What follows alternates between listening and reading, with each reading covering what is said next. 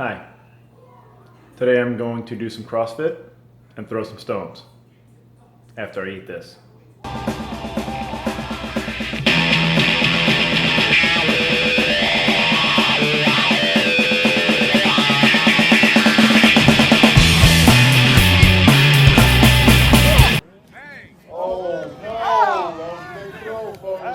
Big throw, but you gotta stay behind the tree.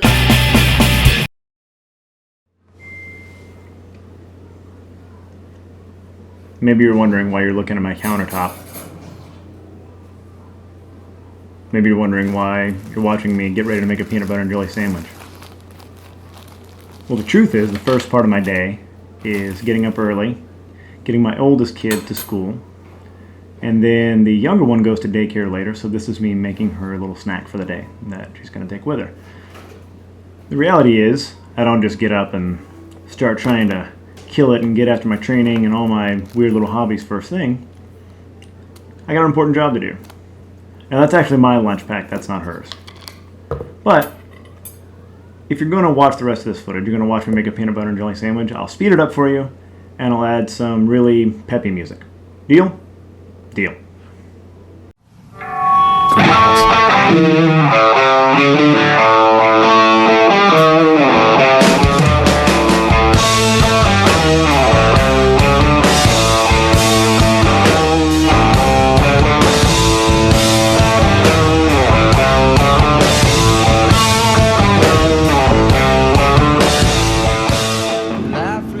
The weather has taken a little bit of a turn, so do this CrossFit workout, see how it looks after that. If not, just make it up as I go.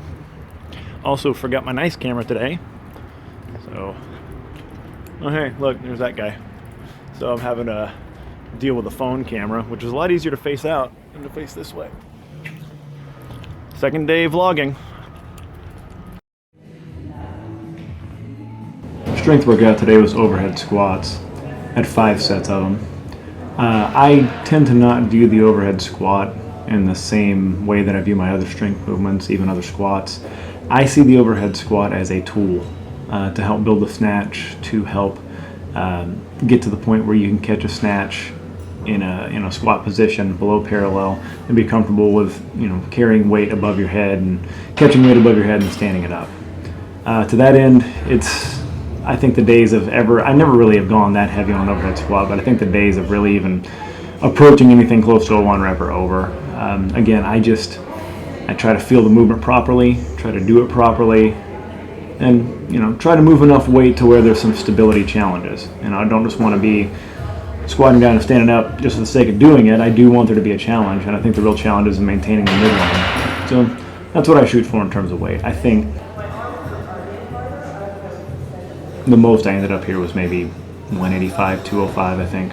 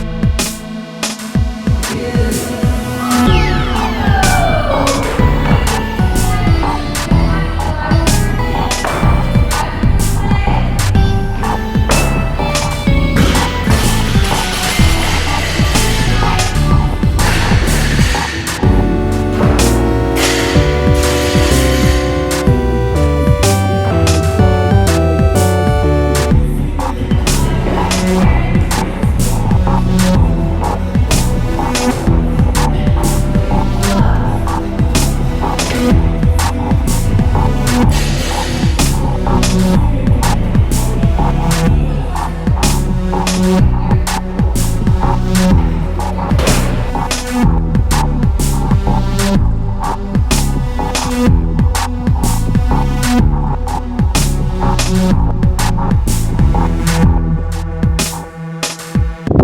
after lunch, got a little carried away with editing, which I was warned would happen with vlogging. See, I'm calling it vlogging already, not vlogging, learning. So I got a little carried away, and I don't have that much time left to throw. So I'm gonna try to just compact as many good stone throws as I can, probably just do all standing throws. I got to get my youngest, my 3-year-old girl, from daycare in about 35-40 minutes. So I'll just try to knock out as many throws as I possibly can.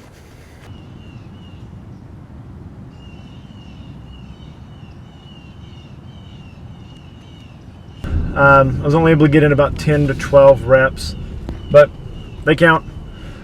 You'll notice that I use, for a lot of my throws, I use a shot put. Probably about a third of them I use most times. That tapers down as I get into the season because I really just want to handle the stones because I'm going to be using that more. But I like to use the shot put once in a while because it really teaches a lot of control. When I first started Highland Games, I didn't have anything but a shot put. I hadn't gone stone hunting yet, but I got all excited and I bought a shot put. And I think it really helped because it made it so really I can find the handle and I can find, the spot to push on any stone that I handle. You get a lot bigger area to push on a stone most times than you do on a shot put. So you have to be real precise with a shot put, and I like that. It teaches you to remain balanced throughout the throw. It teaches you what it feels like when that stone is close to your body versus when it gets away and your center of gravity changes. So I still incorporate it, especially in the off season, just because I want to keep that feel and I want to, kind of fine tune all those little things. So when I move to a stone, which is highly variable because it'll be different whenever games basically, I'll have some things that are just rock solid.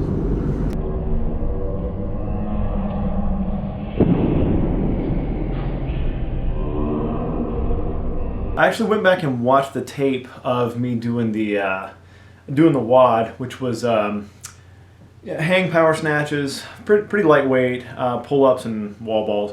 I felt when I was doing the snatches that I was catching them weird. It felt like I wasn't really getting my head through, so when I would, after the pull, my head would kind of come through like this, and sure enough, I watched the tape and that was the case.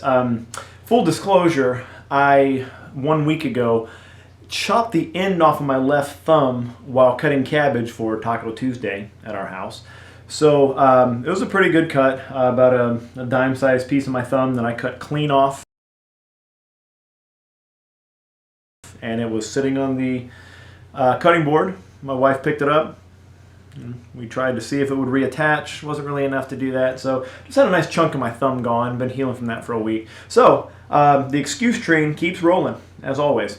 It affected me a little bit today. I could tell I could hook grip with one hand, not with the other. My pull was coming up short, and it just ended in that weird kind of finish where I wasn't really being authoritative, and I can't really grip hard with my left hand, and I can't really press out into the bar to finish the lift. So, got through it nonetheless. But the really cool part was in patching me together because my bandage came off about 2 or 3 rounds into the workout. So the cool thing was to get myself home, I was able to scrounge up a nice minion bandage there to cover it up, keep myself from oozing all over because, it's real pretty under there, as you can imagine. So I'd say all in all today, that's a net victory right there.